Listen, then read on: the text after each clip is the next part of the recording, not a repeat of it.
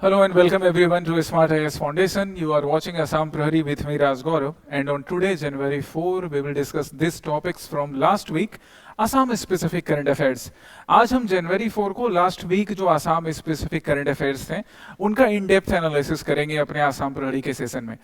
आज के एजेंडा को आगे कंटिन्यू करने से पहले एक अनाउंसमेंट, स्पेशल अनाउंसमेंट उन कैंडिडेट्स के लिए जिनका written mains exam APSC CCE का क्लियर हुआ है और अब वो इंटरव्यू पर्सनैलिटी टेस्ट के लिए एलिजिबल है।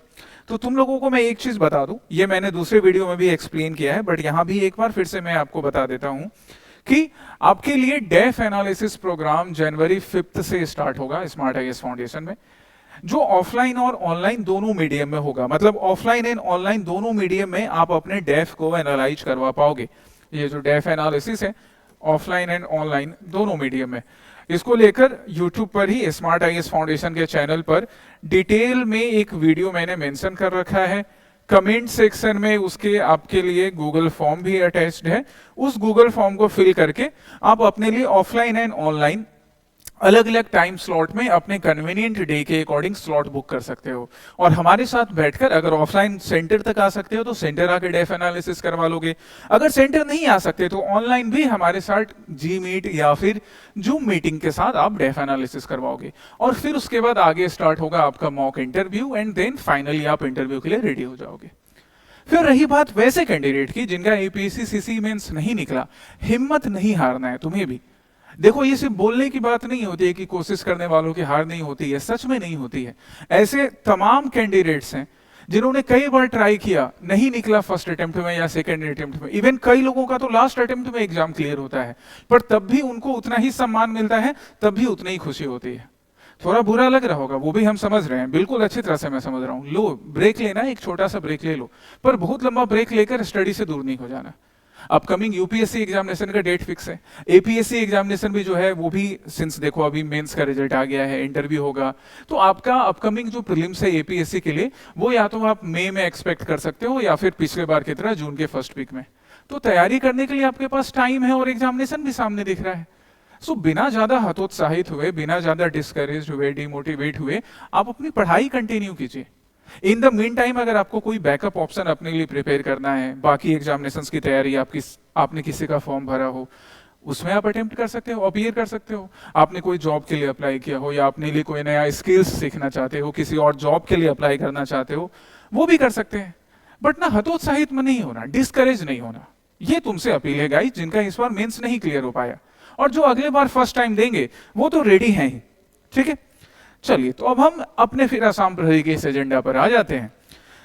आसाम प्रहरी का आज का जो हम डिस्कशन करेंगे आज जनवरी 4 के सेशन में, तो सबसे पहले हम लोग लास्ट वीक के टॉपिक्स में से लेंगे डिपोर्टेशन एंड इंडिया में डिपोर्टेशन को लेकर क्या स्टैंड है, स्पेशली जब हम बात करते हैं इंडिया बांग्लादेश बॉर्डर मैनेजमेंट का, क्योंकि आसाम में इलीगल इमिग्रेंट्स का एक बड़ा इशू है, specially those who are coming from the parts of Bangladesh, उस साइड से जो आ रहे हैं, तो उसे हम किस तरह से सॉल्व कर सकते हैं, क्या हमारे पास चैलेंजेस हैं, ये हम आज के सेशन में डिस्कस करेंगे। इससे रिलेटेड क्वेश्चन आप अपने जीएस पेपर 2 एंड 5 में एक्सपेक्ट कर सकते हो। मेंस प्रैक्टिस क्वेश्चन भी मैं इसमें दूंगा और प्रीलिम्स के भी प्रैक्टिस क्वेश्चन होंगे। दूसरा होगा legacy reclaimed, and this is related to none other than but our respected Shrimant Shankar Mahadev ji. हम उनसे रिलेटेड बतद्रवा थान इसके बारे में पढ़ेंगे। यहाँ पर किस तरह से हमने अपने कल्चर को, अपने कल्चरल रिनाइसा की तरफ हम आगे बढ़ रहे हैं या अपने कल्चर को रिक्लेम करने का काम करते हैं। थर्ड टॉपिक होगा हमारा इंजीनियरिंग कंजर्वेशन, इंजीनियरिंग को यूज करके, मॉडर्न साइंस को यूज करके इकोलॉजिकल कंजर्वेशन करना। किस स्पीसीज से रिलेटेड? गोल्डन लंगूर से रिलेटेड। ठीक है।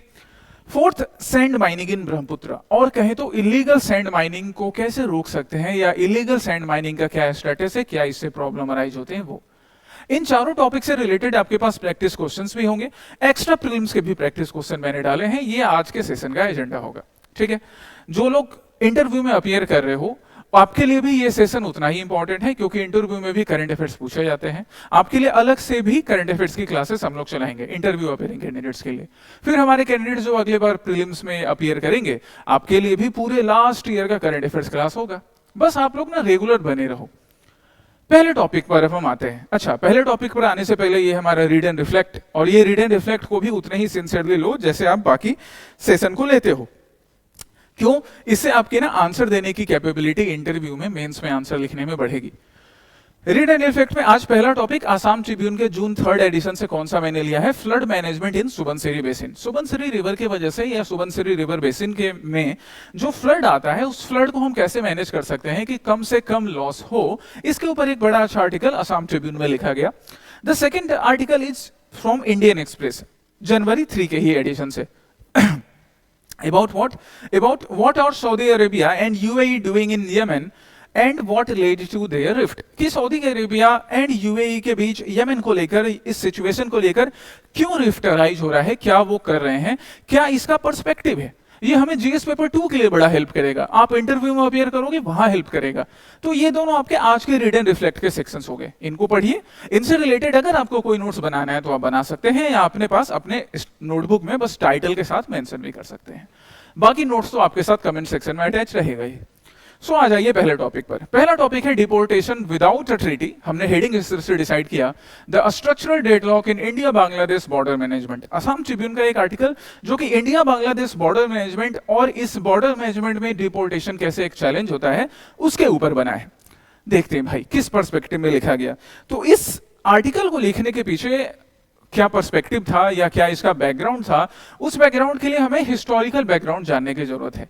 ये हिस्टोरिकल बैकग्राउंड सबसे पहले तो स्टार्ट होता है 1971 से। 1971 जब पाकिस्तान के ईस्टर्न पार्ट में लिबरेशन वॉर स्टार्ट होता है और पाकिस्तान जो बना था रिलीजन के बेसिस पर अपने आप को संभाल नहीं पाया। दैट्स वाई कम्युनलिज्म और regionalism is not good for any nation. Historically भी ये प्रूव हो चुका है, उसके बाद हर लम्हे पर हर जगहों पर प्रूव होता है। जब वो पाकिस्तान का ईस्टर्न पार्ट नहीं संभल रहा था तो वहां लिबरेशन वॉर स्टार्ट होता है और फिर वहां से रिफ्यूजीज का इनफ्लो आसाम में, बंगाल में, त्रिपुरा में, मेघालय में, इंडिया में स्टार्ट होता है। सो ये इशू वहां से शुरू हुआ 1971 से। फिर उसके बाद हमने आसाम एजिटेशन को देखा, आसाम एकॉर्ड का टाइम पीरियड आता है, and then recently the current 2025। अब हम करंट 2025 की बात करें तो as per the security forces, as per the agencies, 2025 में 1246 इन्फिल्ट्रेटर्स इंटरसेप्ट किए गए हैं। ये इंटरसेप्टेड नंबर है, इसका मतलब इसके कई गुना मल्टीपल टाइम्स हो सकता है इंडिया में आ चुके हों। इंटरसेप्ट इतने को किया जा चुका है, and this is a 30% increase from the last detected in 2024। पिछले साल 950 इंटरसेप्ट किया गया था, इस बार 1246 इन्फिल्ट्रेट किया गया है। मतलब वहां से इन्फ्लक्स ज्यादा हो रहा है, बांग्लादेश से ज्यादा इलीगल फॉर्म में माइग्रेंट्स आ रहे हैं। तो ये एक कंसर्न है, और ये ना आप अपने मेंस के आंसर्स में यूज कर सकते हो, अपने इंटरव्यू के लिए ये फिगर यूज कर सकते हो कि पिछले साल से कम होने की बजाय ज्यादा हुआ है ना ये चीज। ठीक है, आगे देखते हैं। And the pushback operation. Pushback operation क्या, अभी जिस तरह से आसाम में इलीगल जो सेटलर्स हैं उनके अगेंस्ट ड्राइव सरकार चला रही है, तो वो पुशबैक ऑपरेशंस में यहां पे कहा जा रहा है कि अराउंड 30,000 इंडिविजुअल्स, ये नंबर थोड़े वेरी कर सकते हैं, they have been sent back और they have been pushed back.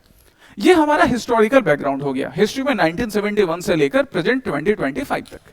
ये फिगर आप याद रखिएगा, अपने मेंस के लिए बड़ा जरूरी है।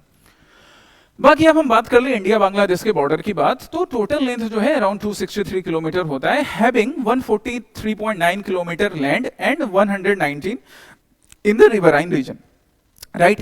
एंड द बॉर्डर इंफ्रास्ट्रक्चर, जिसे हम बॉर्डर इंफ्रास्ट्रक्चर की बात करते हैं, तो जो 230 किलोमीटर का सैंक्शनड फेंसिंग है in Assam, over 221 kilometre has been completed. इसका मतलब कि आसाम को लेकर बांग्लादेश का जो बॉर्डर है उसमें लगभग तक फेंसिंग कंप्लीट हो चुकी है। तो अगर फेंसिंग कंप्लीट हो रही है या फेंसिंग का स्टेटस इतना अच्छा है, तो फिर भी अगर माइग्रेंट्स इलीगली आ जा रहे हैं, then that's really a challenge. ये एक बड़ा चैलेंज और एक बड़ा कंसर्न है सिक्योरिटी फोर्सेस के लिए भी और हमारे फ्यूचर के लिए भी। ठीक है, चलिए आगे चलते हैं। अब इसके आगे जब हम आएंगे तो हम बात करेंगे डिप्लोमेटिक रिलेशंस की, कि क्या डिप्लोमेटिक रिलेशंस है, रिपेट्रिएशंस को लेकर क्या गैप एग्जिस्ट करते हैं किन दो देशों के बीच में, इंडिया और बांग्लादेश के बीच में। ऑब्वियसली यहाँ पे सिर्फ स्टेट स्पेसिफिक तो बात होगी नहीं, क्योंकि रिपेट्रिएशंस के लिए डिप्लोमेटिक रिलेशंस दो देशों के बीच में बात बनते हैं। तो आसाम को ध्यान में रखकर अगर हम यहाँ पर आए तो सबसे पहले हम डिस्कस करेंगे the denial factor which arises by our neighbouring nation Bangladesh. Bangladesh ये हमेशा से डिनाई करते आया है कि नहीं, ये जो आप इलीगल सेटलर्स जिनको बोल रहे हो, इलीगल माइग्रेंट्स बोल रहे हो कि बांग्लादेश आ रहे हैं, वो तो हमारे यहाँ है ही नहीं, वो तो हमारे यहाँ से निकले ही नहीं थे। ये चीज वैसे म्यांमार के केस में भी अप्लाई होती है कि म्यांमार से भी जो लोग इलीगली इंडिया एंटर कर रहे थे, चाहे बांग्लादेश के रास्ते एंटर किया हो या बाकी इंडिया के नॉर्थ ईस्टर्न स्टेट्स के रास्ते एंटर किया हो, वहां पर भी ये डिनाइल फैक्टर बड़ा होता है कि जो उनका डोमेस्टिक नेशन होता है वो डिनाई कर देता है कि नहीं भैया ये तो हमारे देश के नागरिक ही नहीं है, अब आप उनको कैसे वापस भेज दोगे जबरदस्ती। तो एक चैलेंज ये हो गया। दूसरा, extradition versus repatriation. Sorry, just a minute.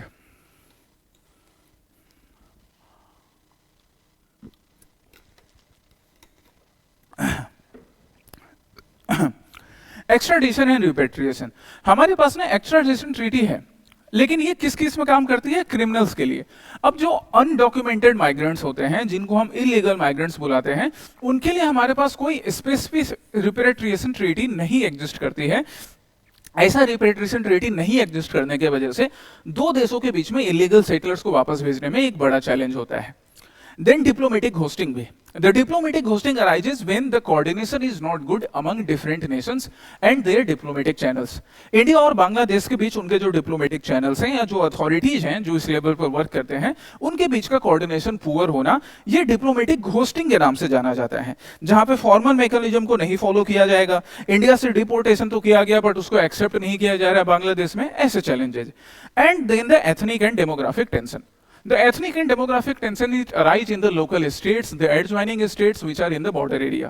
चाहे हम असम की बात करें आज, या त्रिपुरा की बात करें, या बंगाल की बात करें, तो जो इंडिजिनियस कम्युनिटी है, they started feeling the tension, the heat of large number of illegal influx। जो large number of illegal influx होता है, उसका सबसे ज्यादा हीट इंडिजिनियस कम्युनिटी पर पड़ता है, and this lead to tension. फिर उस मैटर को पॉलिटिसाइज किया जाता है और मैटर और ज्यादा वर्स डे बाय डे होता जाता है। तो ये हमारे कंसर्न्स हो गए डिप्लोमेटिक रिलेशन से रिपेट्रिएशन गैप को लेकर कि कहां कहां पर गैप एग्जिस्ट कर रहे हैं, क्या हमारा मेन कंसर्न है। ठीक है, अब हम इसके आगे बढ़ेंगे। इसके आगे बढ़ेंगे तो नेक्स्ट अब हम पहुंचेंगे कि ये जो गैप्स यहां पर हमें दिख रहे थे या रिपेट्रिएशन को लेकर जहां जहां पर फ्लॉ था, और क्या चैलेंजेस उससे बनते हैं। चलिए, चैलेंजेस क्या बनेंगे भैया? तो सबसे पहले चैलेंजेस, एक जो ज्योग्राफिकल चैलेंजेस भी रहता है, वो होता है 4 रीजन का problem. The river Brahmaputra and its tributaries, it create the 4 area, riverine islands जिनको हम बुलाते हैं। इन 4 रीजन में ना खांसी क्यों हो रही है? इन 4 रीजन में परमानेंट बाउंड्री नहीं होती है। मतलब ये रिवर ब्रह्मपुत्रा बह रही है और यहाँ पर मान लो एक रिवराइन आइलैंड बन गया और यहाँ सपोज इंडिया और बांग्लादेश दोनों यहाँ पे बॉर्डर शेयर कर रहे हैं, है ना। तो इस केस में यहाँ पर प्रॉपर बाउंड्री नहीं होने की वजह से ये चीज नहीं डिसाइड किया जा सकता है कि कौन बांग्लादेश से आए हैं या कौन इंडिया के ही निवासी हैं। देन द सूत्रकांडी ट्रेड लिंक, बड़ा इंपॉर्टेंट पार्ट है, इसको देखिए। द सूत्रकांडी ट्रेड लिंक, इंडिया और बांग्लादेश के बीच एथनिक टेंशन होने के बाद भी या पॉलिटिकल टेंशन होने के बाद भी ये जो ट्रेड लिंक है ना करीमगंज वाला, ये अभी भी एक्टिव है। ठीक है, करीमगंज श्रीभूमि वाला जो ट्रेड लिंक है, सूत्रकांडी लैंड कस्टम स्टेशन, ये अभी भी एक्टिव रहता है। And the people of India they use for exporting coal, limestone, ginger and other products to Bangladesh. मतलब एक्सपोर्ट के लिए यूज हो रहा है। तो जो लोग वहां पर बसे हैं उनके लिए प्रॉफिट भी है, it is making profit to them, उन्हें प्रॉफिट भी इससे होगा। अच्छा, जब इससे प्रॉफिट हो रहा है तो अगर हम अपने साइड के लोगों की बात करें, भारत के लोगों की बात करें, उन्हें एक्सपोर्ट से प्रॉफिट हो रहा है। हालांकि हम इंपोर्ट भी वहां पे कुछ प्रोडक्ट्स करते हैं, तो उनके लिए भी एक चैलेंज बन जाएगा, उनके सब्सिस्टेंस के लिए चैलेंज बन जाएगा, उनकी जो एग्जिस्टिंग उनका जो ट्रेड रिलेशन है उसके लिए चैलेंज बन जाएगा कि अगर पूरी तरह से रिलेशंस को स्टॉप किया जाए तो फिर आगे इनका बिजनेस कैसे चलेगा। Apart from this, the security challenges, which is very easy to understand, the changing demography। Assam के जो बॉर्डरिंग डिस्ट्रिक्ट्स हैं जो बांग्लादेश के साथ लगते हैं, बांग्लादेश में डेमोग्राफिक चेंजेस भी ऑब्जर्व किए गए हैं। And the humanitarian risk of statelessness, चाहे भले वो बांग्लादेश से आ रहे हो, बट ह्यूमैनिटेरियन एंगल से अगर देखा जाए तो स्टेटलेसनेस होना, बांग्लादेश की सरकार उनको घोस्ट कर देती है, बांग्लादेश की सरकार उनको अपना नहीं मानती है, भारत से हम उन्हें बांग्लादेश की तरफ पुश कर रहे हैं, तो एक ह्यूमैनिटेरियन क्राइसिस राइज होता है। और इन सब बातों का जवाब हमें देना पड़ता है इंटरनेशनल प्लेटफॉर्म्स पे। भारत में पॉलिटिक्स करने को लेकर, अपने पॉलिटिकल गोल साधने को लेकर बहुत सारी चीजें होती है, बट इंटरनेशनल प्लेटफॉर्म्स पे भारत की साख फिर कमजोर होने लगती है। And that's why we have challenges. इन सबसे रिलेटेड फिर अब चैलेंजेस स्टार्ट हो जाते हैं। Difficulty in proving nationality, nationality prove करना, जो इलीगल सेटलर्स हैं, human right and international law concerns, even हमारा आर्टिकल 21 भी इस चीज को रिस्पेक्ट करता है, और फिर इंटरनेशनल प्रेशर तो है ही साथ में। Politicisation and communalisation, politics India के लिए एक बड़ा चैलेंज। कभी इंडिया के नॉर्दर्न नॉर्थ वेस्टर्न पार्ट में एक बड़ा चैलेंज हुआ करता था, आज इंडिया के नॉर्थ ईस्टर्न पार्ट में ये चैलेंज अराइज हो रहा है। अब लोकल लेवल पर भी, आप स्टेट लेवल पर भी दो पॉलिटिकल ग्रुप्स को देख सकते हो, एक जो डिपोर्टेशन को लेकर काफी सीरियस रहती है या सीरियस दिखाती है, और दूसरा एक ग्रुप रहता है जो इनको डिफेंड करने की कोशिश करता है या दिखाता है कि डिफेंड कर रहे हैं।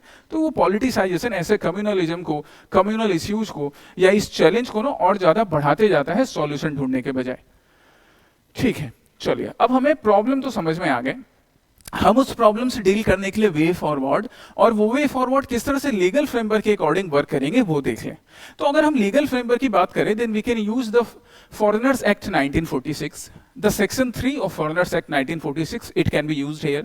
We can use the foreigner tribunals order 1964 and article 258 and 239 of the Indian constitutions. ये सारे जो हमारे पास लीगल प्रोविजंस है, it is not necessary to remember all this, क्योंकि ये सारे आपको याद भी नहीं रहेंगे, आप अपने मेंस के आंसर में एक बार में सारा लिख भी नहीं पाओगे, बट एटलीस्ट ध्यान में रखिए कि आपको जब भी, और ये क्वेश्चंस ना बार बार रिपीट होते हैं, ऐसे टॉपिक्स भी बार बार रिपीट होते रहेंगे, तो जब भी ऐसे टॉपिक्स एग्जामिनेशन में आए तो आप फॉरेनर्स एक्ट को याद रखिए कि हम किस तरह से फॉरेनर्स एक्ट एंड इस फॉरेनर ट्रिब्यूनल्स ऑर्डर 1964 को यूज कर पाएंगे। एटलीस्ट अगर आपने ये दोनों पॉइंट भी लिखा और एक दो कॉन्स्टिट्यूशनल एंगल को भी मेंशन किया तो आपके आंसर की वैल्यू बढ़ेगी। अब इन्हीं चीजों को यूज करके हम बनाते हैं वे फॉरवर्ड, और जो चैलेंजेस हमने देखा उसको, we need to develop the bilateral framework. हमने देखा कि हमारे पास एक्सट्राडिशन ट्रीटी है पर रिपेट्रिएशन ट्रीटी या पैक्ट नहीं है, वो डेवलप करना है। हमें वर्क परमिट इशू करने चाहिए, ये भी एक प्रोग्रेसिव नेचर का सॉल्यूशन है जिससे ह्यूमैनिटेरियन क्राइसिस भी अराइज नहीं होगा। हम टेम्पररी वर्क परमिट्स इशू कर सकते हैं, टेम्पररी नेचर का, है ना। तो टेम्पररी नेचर का अगर वर्क परमिट इशू करेंगे ना, और ये सारी चीजें जब डॉक्यूमेंटेड होने लगेंगी तो ट्रैक भी किया जा सकेगा कि कौन बांग्लादेश से आया है, कौन भारत का निवासी है। द बॉर्डर मैनेजमेंट, इसको और स्ट्रॉन्ग करने की जरूरत है। Shift from coercion to cooperation and regional task force on migration etcetera etcetera etcetera. अभी हम कोर्सिव मेजर्स पे अप्लाई करते हैं, वही जैसे मैंने बोला ना कि यहां से पुश बैक करना बांग्लादेश की तरफ, और बांग्लादेश उन्हें एक्सेप्ट नहीं कर रहा है तो ह्यूमैनिटेरियन क्राइसिस होने के चांसेस होते हैं, हमारे अपने नेबरिंग नेशंस के साथ रिलेशन खराब होने के चांसेस होते हैं, वो भी नहीं करना है। If you are looking India, जिस तरह से साउथ ईस्ट एशिया वाले मैप पर इंडिया एक इंपॉर्टेंट पार्ट है, तो यहाँ पे इंडिया का अपने नेबर्स के साथ रिलेशन होना बहुत जरूरी है। तो इन सब चीजों को लेकर कोर्सिव मेजर्स की जगह अगर हम कोऑपरेटिव मेजर्स को अप्लाई करें, अगर उन्हें यूज करें, तो इलीगल माइग्रेंट्स का, इलीगल सेटलर्स का भी इशू सॉल्व हो जाएगा, साथ ही साथ इंडिया और उसके नेबरिंग नेशंस के जैसे बांग्लादेश के रिलेशंस भी खराब नहीं होंगे। ठीक है, ये आप अपने मेन इंटरव्यू के आंसर्स के लिए भी याद रखिएगा कि ये आपके हो सकते हैं वे फॉरवर्ड। नाउ आपका पहला mains based practice question, 250 word में इसको आंसर करना है, तो 3 to 4 पेज में इसको लिखने की कोशिश कीजिए। साथ ही लिखने के टाइम में एक बार टाइम देख लीजिए। उससे पहले आपको ये नोट्स जितना पढ़ना है, सारा नोट्स कमेंट सेक्शन में पिन रहेगा, वहां से डाउनलोड कीजिए, प्रिंट कीजिए, पढ़ लीजिए। लिखने के टाइम में देख देख के नहीं लिखना है। लिखने के टाइम में टाइम देखा, अच्छा इस टाइम पे शुरू किया, लिखना शुरू कर दिया, और उसको लिख लो ऊपर आंसर पे, नोट करके रख लो। ठीक है, चलिए नेक्स्ट, ये रहा आपका प्रीलिम्स का प्रैक्टिस क्वेश्चन पहला। इसका आंसर आप मुझे कमेंट सेक्शन में बताओगे। लास्ट वीक के जो प्रीलिम्स प्रैक्टिस क्वेश्चन है वो मैंने कमेंट सेक्शन में और इस डॉक्यूमेंट में भी अटैच कर दिए हैं, आप वहां से मैच कर लेना। दूसरे टॉपिक पर चलते हैं। दूसरा टॉपिक रिलेटेड है श्रीमंत शंकरदेव जी से रिलेटेड। श्रीमंत शंकरदेव, इन्होंने ना सिर्फ आसाम में भक्ति मूवमेंट को एक पहचान दी, बल्कि हमें कल्चरली समझाया कि ऊपर वाला भगवान, उसकी भक्ति करने के लिए बिना हम डिफरेंट रिचुअल्स को फॉलो किए, बिना हम जो ऑर्थोडॉक्स मेथड है उसको फॉलो किए भी उसको याद रख सकते हैं, उसकी पूजा कर सकते हैं, उसकी भक्ति कर सकते हैं। And that's why his work is not significant, important just for Assam but for the entire India, है ना। इनका मेंशन उन सारे महान संतों के साथ होगा, जैसे गुरु नानक देव जी के साथ, चैतन्य महाप्रभु के साथ, जिन्होंने अलग अलग टाइम पर अलग अलग जगहों में भारत में भक्ति मूवमेंट को लीड किया है। आज हम उन्हीं से रिलेटेड बात करेंगे, भद्रद्रवा थान की। चलिए सबसे पहले हम इसके हिस्टोरिकल सिग्निफिकेंस की बात करें तो हम आज जिस स्थान की बात कर रहे हैं, it is related to the birth place of महापुरुष श्रीमंत शंकर महादेव। महापुरुष श्रीमंत शंकर महादेव जो 15th सेंचुरी में भारत में प्रेजेंट थे, 15th to 16th सेंचुरी के बीच, उनके बर्थ प्लेस से रिलेटेड है। और बिल्कुल it's really commendable to the state government of Assam as well as the people कि उन्होंने इस स्थान को फिर से रिवाइव किया, क्योंकि ये ना हमारी कल्चरल लेगेसी है। और अपने कल्चरल लेगेसी को अगर कोई प्रेजेंट भुला देगा तो वो अपने आने वाले कल को कैसे बताएगा कि उसका पुराना कल कितना सुनहरा था। अपने पुराने कल को, अपने बीते हुए कल के सुनहरे पल को हमें अपने साथ रखना है ताकि हमारे आने वाली पीढ़ी इससे सीख सके। ठीक है, तो ये बढ़िया कमेंडेबल वर्क है और साथ ही साथ इनके लेसन्स को भी याद रख सके, अप्लाई कर सके। चलिए, श्रीमंत शंकर महादेव जी के बारे में यहाँ पर भी मैंने शॉर्ट में लिखा है और ये देखो, इनके बारे में जितना बोला जाए ना उतना कम पड़ता है। आप अपने जीएस पेपर 5 के क्लासेस में भी, एस्थेटिक पार्ट में भी पढ़े हो, पहले भी जब हमने मानो वृंदावनी वस्त्र की बात की हो तब भी हमने महापुरुष श्रीमंत शंकर महादेव जी के बारे में बात की थी। आगे भी हम किसी टॉपिक को पढ़ेंगे तो फिर से बात करेंगे। इनसे रिलेटेड डिटेल्स हमारे पास कम नहीं है, हमेशा हर टाइम पर इनसे रिलेटेड डिटेल्स हमारे पास प्रेजेंट रहेंगे और हमें इन्हें रिवाइज करते जाना है। तो जो बेसिक डिटेल्स इनसे रिलेटेड हैं उसे मैंने यहाँ पे आपके लिए प्रेजेंट कर दिया है, आप उसको रिवाइज कर लीजिए। पुराने डॉक्यूमेंट से भी कर सकते हैं, यहाँ से भी। इन्हें फादर ऑफ द एसमीज नेशन से भी के नाम से भी बुलाया जाता है, बिल्कुल, क्योंकि इन्होंने असम को एक अलग पहचान दी अपने भक्ति मूवमेंट के सहारे, अपने वर्क्स के सहारे, अपने लिटरेचर, अपने सत्र के सहारे। ठीक है, सत्र का एस्टेब्लिशमेंट, हम सत्र की भी बात करेंगे तो श्रीमंत शंकर देव जी, माधव देव जी, इनके सत्र से ना सिर्फ भक्ति मूवमेंट प्रमोट हो रहा था बल्कि लोगों को एक कम्युनिटी एंगेजमेंट का साधन भी मिल रहा था, एक प्लेस भी मिल रहा था, जिसको अभी हम मॉडर्न टाइम पे यूज कर सकते हैं स्किल्स ट्रेनिंग देने में। डिस्कस किया है हमने ये बात ना कई बार कि हम सत्र को, हम नामघर को यूज कर सकते हैं स्किल्स देने के लिए भी। हम बता सकते हैं अपने यूथ को वो अलग अलग स्किल्स सीखें, लिटरेचर की पढ़ाई करें, कई सारे ऐसे कम्युनिटी रिलेटेड वर्क्स यहाँ पे परफॉर्म किए जा सकते हैं। बाकी कल्चर का तो कंटिन्यूएंस होगा ही, सैटरडे डांस सिखाना, नाम जपना, ये सारी चीजें तो होंगी ही। हम इन्हें अप टू डेटेड टेक्नोलॉजी सिखाने के लिए भी यूज कर सकते हैं एक कम्युनिटी सेंटर के रूप में, राइट। तो यहाँ उनसे रिलेटेड ये सारी डिटेल्स मेंशन्ड है। अच्छा, Saturday dance is among the classical dances of India. तो बाकी क्लासिकल डांसेस कौन कौन से हैं, अगर आपने पहले क्लास में पढ़ा है तो एक बार रिवाइज कर लेना, ठीक है, और नहीं पढ़ा है तो आगे क्लास में पढ़ोगे ही। अब हम इस की प्रोजेक्ट पर आते हैं, की फीचर्स पर आते हैं इस प्रोजेक्ट के। तो ये जो प्रोजेक्ट है इसको इनॉग्रेट किया यूनियन मिनिस्टर श्री अमित शाह जी ने, और कहा जाता है कि कहा जाता क्या, as per the projections, as per the reports, this project has cost 227 crore. मतलब एक अच्छा एम्बिशियस प्रोजेक्ट है स्टेट गवर्नमेंट का, जो कि ना सिर्फ टूरिज्म को प्रमोट करेगा बल्कि वर्ल्ड क्लास स्पिरिचुअल सेंटर के रूप में भी डेवलप किया जा सकता है, अपने लोकल कम्युनिटी के लोगों के लिए भी, जो इंडिजिनियस लोग हैं उनके लिए भी, साथ ही साथ वर्ल्ड के डिफरेंट नेशन से जो लोग आसाम विजिट करने आएंगे, श्रीमंत शंकर देव जी के वर्क को देखने आएंगे, वो भी इस सेंटर में आकर सीख सकते हैं। ठीक है, की फीचर्स की बात करें तो this project includes world's tallest Guru Asan. वाह, बहुत बढ़िया, ये एक बड़ा इंपॉर्टेंट पार्ट है जो आके आपके प्रीलिम्स के आंसर्स में यूज हो सकता है, मेंस में भी आप इसको वैल्यू एडिशन के लिए यूज कर सकते हैं। ये वर्ल्ड का सबसे टॉलेस्ट गुरु आसन होगा, ठीक है, sacred seat related to Shrimant Shankar Dev ji. Guest houses होंगे which is inspired from the Sattra culture and research centre shaped like traditional Assamese instrument like the khol and other instruments. जो रिसर्च सेंटर्स भी बनाए गए हैं या फिर पूरा जो कंस्ट्रक्शन किया गया है वो इंस्पायर्ड है एसएमएज आर्किटेक्चर से, एसएमएज कल्चर से। यहाँ पर श्रीमंत शंकर देव जी, माधव देव जी और उन लोगों के द्वारा स्थापित जो सत्र थे उनके रेलेवेंस है कि किस तरह से इन सत्र में आर्ट एंड कल्चर का, मैन्यूस्क्रिप्ट का प्रिजर्वेशन किया गया, रिवाइव किया गया, एजुकेशनल एंड वोकेशनल ट्रेनिंग के लिए इसको यूज किया गया, and maintaining the social and moral fabric. और अब हम इसको यहाँ से आगे कंटिन्यू कर सकते हैं कि इन सब चीजों के अलावा भी, अब जैसे मान लो कि स्टूडेंट्स को एआई के बारे में ट्रेनिंग देनी है, अब कहीं पर आसपास में स्कूल में इंफ्रास्ट्रक्चर नहीं है लेकिन नाम घर है जो सेक्रेड जगह भी है और लोगों के लिए जाना माना चर्चित जगह भी है, वहां पर भी ये ट्रेनिंग देने के लिए प्रयास किया जा सकता है। किसी भी चीज के ऊपर अवेयरनेस के लिए, नेशनलिज्म को प्रमोट करने के लिए, लिटरेरी कॉन्ट्रीब्यूशंस के लिए, ऐसे सारी चीजों के लिए सत्र का, नाम घर का भी यूज पॉसिबल है। ठीक है, चलिए नाउ अब हम सिग्निफिकेंस की बात करें कि बद्रद्रवा थान जो है इसका सिग्निफिकेंस क्या है। सिग्निफिकेंस है spiritual and religious foundation. Since ये श्रीमंत शंकर देव जी एस्टेब्लिश्ड द फर्स्ट नामघर, उनके बर्थ प्लेस से भी रिलेटेड है, फर्स्ट नामघर से में से भी आता है, तो स्पिरिचुअल एंड रिलीजियस सिग्निफिकेंस हो गया। सोशल रिफॉर्म एंड डेमोक्रेसी को भी दिखाएगा। अब सोशल रिफॉर्म एंड डेमोक्रेसी के लिए सिर्फ ये स्थान नहीं, सिर्फ ये स्थान नहीं, इसके अलावा बाकी और भी जो भी इंपॉर्टेंट सत्र हैं, जो फेमस सत्र हैं, वहां पर भी ये वाला सिग्निफिकेंस आप यूज कर सकते हो। कल्चरल रिनाइसा की बात है and modern significance and restoration. जब वर्ल्ड का टॉलेस्ट गुरु आसन बनाया जा रहा है तो ये आसाम भारत में वर्ल्ड क्लास इंफ्रास्ट्रक्चर के डेवलपमेंट की तरफ इशारा करता है कि आसाम वर्ल्ड क्लास इंफ्रास्ट्रक्चर ना सिर्फ स्पोर्ट्स के फील्ड में, ना सिर्फ किसी बड़े ऑडिटोरियम के लिए, बल्कि अपने कल्चरल रिनाइसा के लिए भी वर्ल्ड के टॉलेस्ट, वर्ल्ड के लार्जेस्ट इंफ्रास्ट्रक्चर की तरफ ध्यान दे रहा है। ये इंफ्रास्ट्रक्चरल ग्रोथ को दिखाता है स्टेट के। चलिए कल्चरल स्कीम की बात करें कि कौन से कल्चरल स्कीम इसमें यूज होते हैं, या बाकी कौन कौन से कल्चरल स्कीम्स हैं जो आसाम में और इंडिया के अलग अलग पार्ट्स में इन्वॉल्व है।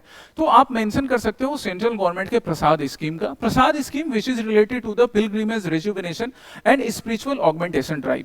इससे जैसे हमने आज बात की श्रीमंत शंकर देव जी से रिलेटेड पिलग्रिमेज प्लेस को डेवलप करने का, वैसे इंडिया के अलग अलग पार्ट में डिफरेंट रिलीजियस प्लेसेस को, पिलग्रिमेज प्लेसेस को रिजुवेनेट करना, रिवाइव करना इस प्रसाद स्कीम के थ्रू किया जाता है। अपार्ट फ्रॉम दिस, अगर हम स्टेट गवर्नमेंट की बात करें तो the government of Assam is running Aghom Darshan scheme. The objective of this scheme is also to improve the infrastructure of religious and historical sites. Different religious and historical sites जो कि Assamese culture से related हैं, उनके development के लिए आसाम की सरकार की ये स्कीम अभी वर्क कर रही है।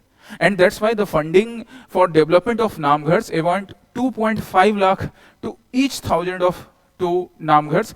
ये काफी बढ़िया एम्बिशियस प्रोजेक्ट होगा जिससे कि डिफरेंट नामघर्स का डेवलपमेंट, नामघर्स की जो भी रिक्वायरमेंट है, जो भी इंफ्रास्ट्रक्चरल कैपेबिलिटी डेवलप करने के लिए, या फिर वहाँ पे सपोज मान लो जो अधिकारीगण हैं, जो लोग वहाँ पे अभी भी इन्वॉल्व हैं, जो प्रार्थना के लिए आते हैं, उन सब चीज़ों के लिए जो फाइनेंशियल सपोर्ट चाहिए वो राज्य सरकार की इस स्कीम से पॉसिबल हो पाएगा।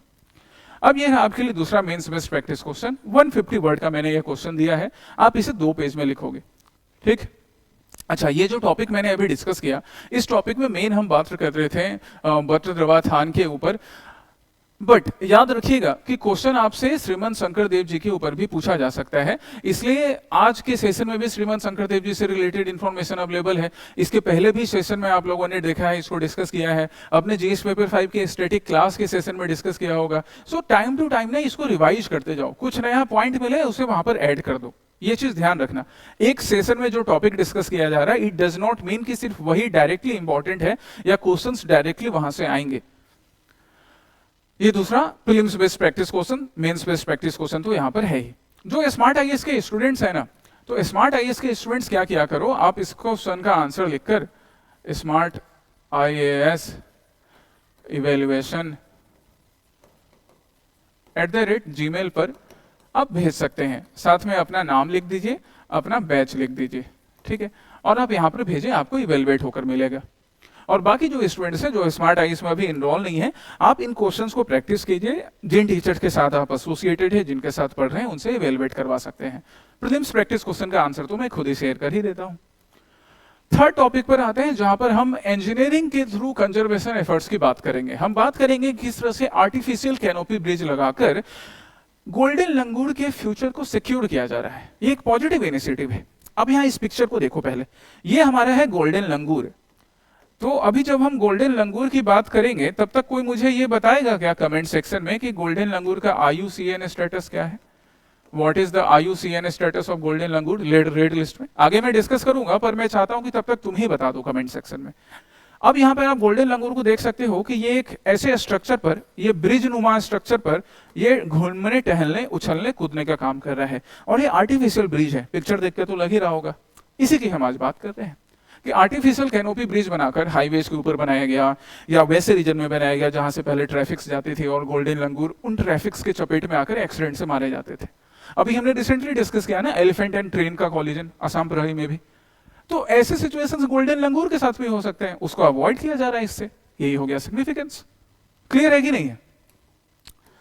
चलिए, सो हम आज बात कर रहे हैं आर्टिफिशियल कैनोपी ब्रिज, जो कि बनाया जा रहा है किस चीज के लिए? गोल्डन लंगूर्स के डेथ को रिड्यूस करने के लिए। And the project is very much successful, क्योंकि इस प्रोजेक्ट से The death rate of golden langur due to accidents due to collision has been reduced by 74%. It's really commendable. काफी success है, सक्सेसफुल है. 74% तक अगर डेथ रेट कम किए जा रहे हैं गोल्डन लंगूर के, तो इसका मतलब कि प्रोजेक्ट सक्सेसफुल रहा है. बाकी जो बच गया है हम उसको सक्सेसफुल आगे बनाएंगे चेंजेस करके. So what is the threat? और ये थ्रेट होता है इन फैक्टर्स के अकॉर्डिंग चेक करेंगे. मतलब करना क्या है, हम यहाँ देखेंगे कि अच्छा गोल्डन लंगूर को IUCN के रेड लिस्ट में कौन सा स्टेटस दिया गया है, इंडेंजर्ड. इसके नंबर्स बहुत कम है, तो इनके नंबर्स कम है किस वजह से, तो यहाँ पे legal protection wild life protection act के शेड्यूल 1 में है. शेड्यूल 1 में है, इसका मतलब हाईली प्रोटेक्टेड स्पीसीज है. प्रोटेक्शन को लेकर थ्रेट कहाँ रहा, यहाँ पर रहा. की रेंज की बात करें तो between Manas, Sankosh and Brahmaputra rivers आप गोल्डन लंगूर को देख सकते हैं. एंड दैट्स व्हाई आसाम के रेंजेस में थ्रेट्स इनको फेस करने पड़ते हैं. तो ये फैक्टर्स हो गए उनसे रिलेटेड, उनके कंजर्वेशन मेजर्स हैं, यहाँ पे उनसे रिलेटेड थ्रेट सामने. तो क्या थ्रेट हो गया, रोड एक्सीडेंट. आज हम जिस आर्टिफिशियल कैनोपी ब्रिज की बात कर रहे हैं, ACB, यहाँ पे ACB का मतलब हो गया आर्टिफिशियल कैनोपी ब्रिज. तो ये आर्टिफिशियल कैनोपी ब्रिज किस चीज को अवॉइड करेगा, रोड एक्सीडेंट को. जैसे सपोज ह्यूमंस के लिए, अब ह्यूमंस के लिए सपोज यहाँ रेलवे ट्रैक है और यहाँ से रोड आ रही है, यहाँ पे रोड है, तो पहले ट्रैक्स को क्रॉस करने में भी कई लोग एक्सीडेंट में मारे जाते थे. सरकार ने क्या किया, उसके ऊपर से फ्लाईओवर बना दिया. तो वही काम यहाँ पर हो रहा है गोल्डन लंगूर के केस में. इस थ्रेट को कम किया जाएगा. इन breeding depression because of population they are trapped in forest island and this is limiting their genetic exchange. जिस तरह से ह्यूमन पॉपुलेशन बढ़ते जा रहा है और लिमिटेड रेंज में, लिमिटेड फॉरेस्ट आइलैंड में गोल्डन लंगूर बेचारे कन्फाइन होते जा रहे हैं, तो इनका जो जेनेटिक एक्सचेंज है ना वो भी स्लो हो जाता है. इसका मतलब इनका ब्रीडिंग हो जाएगा स्लो, और ब्रीडिंग स्लो होगा तो उसके वजह से गोल्डन लंगूर्स के नंबर होते जाएंगे कम. ऑलरेडी गोल्डन लंगूर्स के नंबर कम है, इंडेंजर्ड कैटेगरी में है, अब उनका प्रोडक्शन और स्लो हो जाएगा तो क्रिटिकली इंडेंजर्ड और फिर एक्सटिंक्ट हो जाएंगे. दैट्स वाई हमें सेव करना है. And deforestation and encroachment, 30 to 50% तक जो लैंड है ना इनका, वो हैबिटेट लॉस हो चुका है इंक्रोचमेंट की वजह से. तो पॉपुलेशन इंक्रीज करना, हाईवेज बना देना, रेलवे नेटवर्क बनाना, है ना, उन्हें कट करके इंडस्ट्री लगाना, ये सब चैलेंजेस तो हैं गोल्डन लंगूर के साथ, जिन्हें सॉल्व करने की जरूरत है हमें. चलिए अब हम प्रोजेक्ट की बात कर लें कि भाई क्या है ये प्रोजेक्ट आर्टिफिशियल ब्रिज. क्लियरली मैं तुम्हें समझा चुका हूं. वैसे यहाँ पे मैंने जो एग्जांपल दिया ये काजीरंगा एलिवेटेड कॉरिडोर है. इसका रेफरेंस हमने पहले भी यूज किया था. आज हम बस रेफरेंस के लिए यूज कर रहे हैं कि ऐसे एलिवेटेड कॉरिडोर भी बनाए जाते हैं और साथ ही साथ लंगूर्स के लिए ऐसे झूलते हुए पुल, है ना, स्विंगिंग पुल, स्विंगिंग ब्रिजेस भी या कैनोपी ब्रिजेस बनाने का भी काम किया जाता है. Why they are necessary? They are necessary to avoid और reduce wildlife and vehicle collisions. 74% तक जब सक्सेस रेट है तो ये तो बड़ा अच्छा है ना, हम ऐसे अप्लाई कर सकते हैं. ठीक है, इससे टाइगर्स का डेथ कम नहीं होगा, एलिफेंट का कम नहीं होगा, पर बाकी स्पीसीज तो कंट्रोल हो ही रहे हैं, उनका डेथ तो कंट्रोल हो रहा है. And protecting the umbrella species, umbrella species के प्रोटेक्शन में भी यूज होगा. खैर अम्ब्रेला स्पीसीज के प्रोटेक्शन की जब बात कर रहे हैं तो हम काजीरंगा एलिवेटेड कॉरिडोर का भी एग्जांपल साथ में देंगे कि okay similar kind of project is being implemented in Kaziranga region. Umbrella species कौन हो गए? अम्ब्रेला क्या होता है, एक छाता के नीचे आप भी प्रोटेक्टेड हो, आपके साथ कोई दूसरा इंसान वो भी प्रोटेक्टेड है. तो अम्ब्रेला स्पीसीज वैसे स्पीसीज हो गए जिनके कंजर्वेशन से बाकी स्पीसीज का भी कंजर्वेशन प्रोमोट होता है, जैसे टाइगर, एलिफेंट.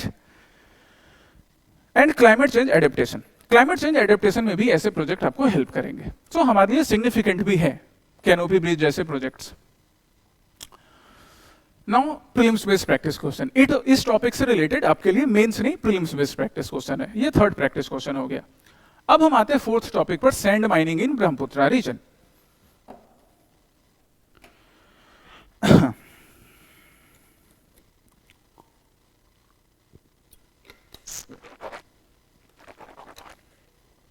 चलो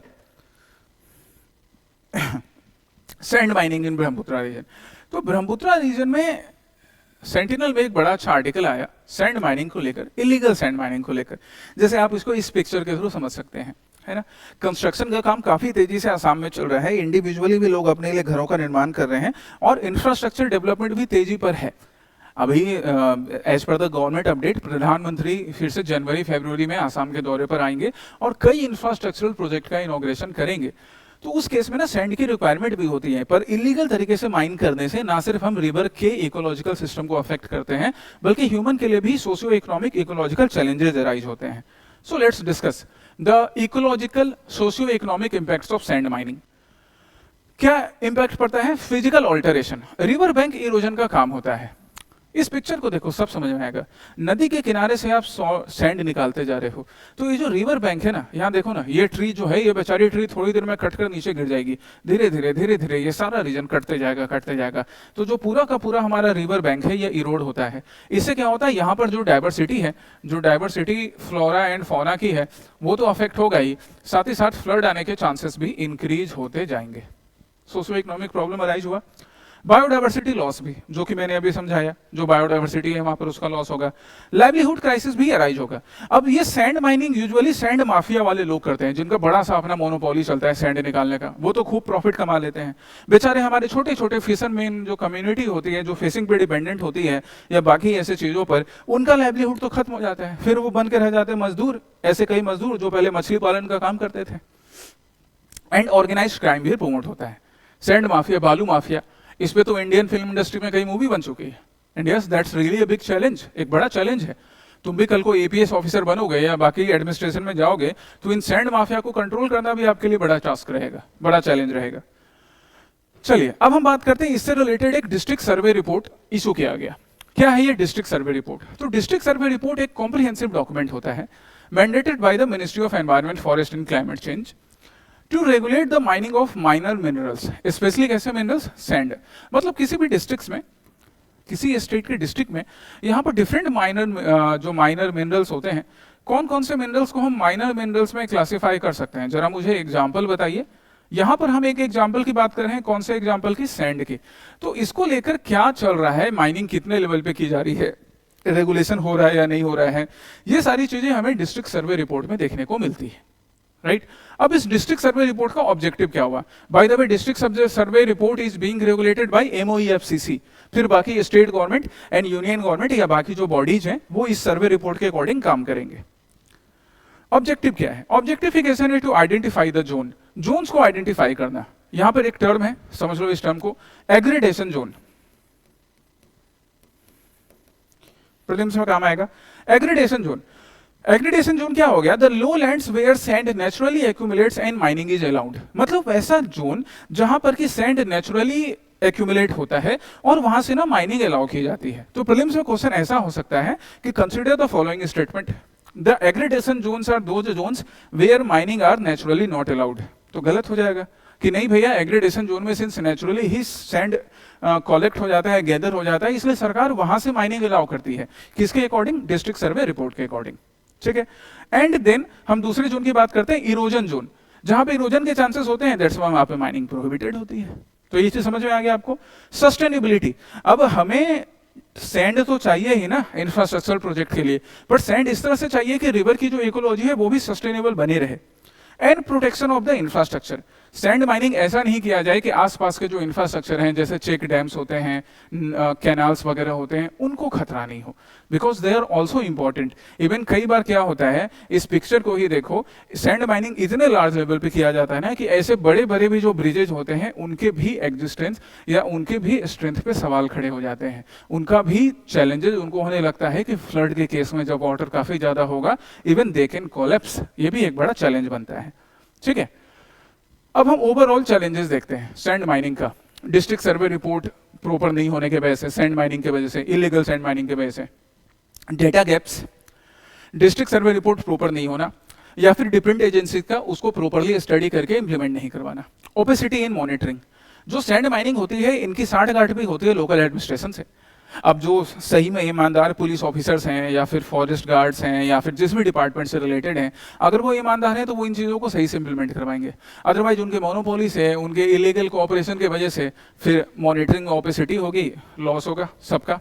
and exclusion of the stakeholders, जो डिफरेंट स्टेक होल्डर्स होते हैं, स्पेशली कौन? द लोकल कम्युनिटीज, जो फिशिंग जैसे एक्टिविटीज में इन्वॉल्व हैं या बाकी एक्टिविटीज में इन्वॉल्व हैं, उनको इन सर्वे रिपोर्ट्स बनाने में इंक्लूड नहीं किया जाता, या फिर जो मेजर्स होने चाहिए मिटिगेशन के, उसमें इन्वॉल्व नहीं किया जाता है।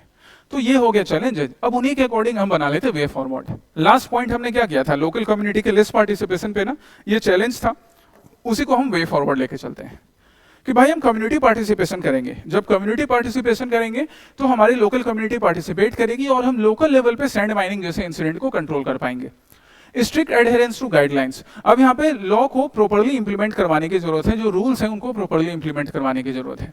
टेक्नोलॉजिकल ओवरसाइट का यूज करना, यहाँ पे ड्रोन बेस्ड सर्वेलियंस, अंडरलाइन कर लो इसको, ड्रोन बेस्ड सर्वेलियंस है ना, जीआईएस बेस्ड मैपिंग, ये सारे सर्विसेज यूज करके हम टेक्नोलॉजिकल ओवरसाइट से मॉनिटरिंग प्रॉपर कर सकते हैं।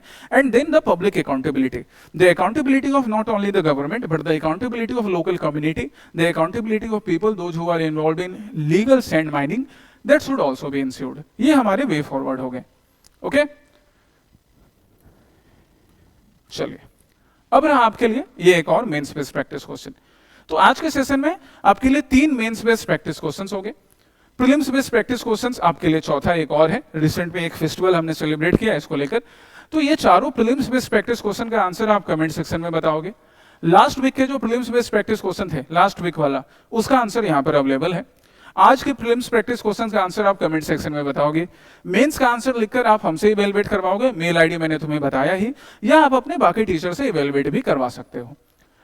अब मंडे से लेकर कल संडे से लेकर अगले सैटरडे तक आपके लिए एक वीक है। इस वीक आपको क्या करना है, इस सेशन को पूरी तरह से कवर कर लेना है, इसके मेंस के आंसर्स लिख लेने हैं, प्रीलिम्स के क्वेश्चन बना लेने हैं, और फिर टाइम निकालकर पुराने सेशन को भी धीरे धीरे रिवाइज करते जाना है। इससे आपका जो करंट अफेयर्स है ना, वो अच्छी तरीके से चलता जाएगा। नेशनल इंटरनेशनल लेवल के करंट अफेयर्स हम डीसीए लाइव में करते ही हैं, प्री सिक्योर में कर ही रहे हैं। अब हम आसाम स्पेसिफिक करंट अफेयर्स यहाँ पे कर लेंगे। इसके साथ भी रूपम सर भी आपके लिए करंट अफेयर्स की क्लासेस ले रहे हैं वीकली, जो कि यूट्यूब पर चलता है, एपीएससी प्रीलिम्स कॉन करके नाम से, राइट। तो आपको ना बस सिंसियरली इन्हें फॉलो करते जाना है, करंट अफेयर्स की पूरी प्रॉब्लम सॉल्व्ड। ठीक है, सो जस्ट रिमेन सिंसियर। जय हिंद।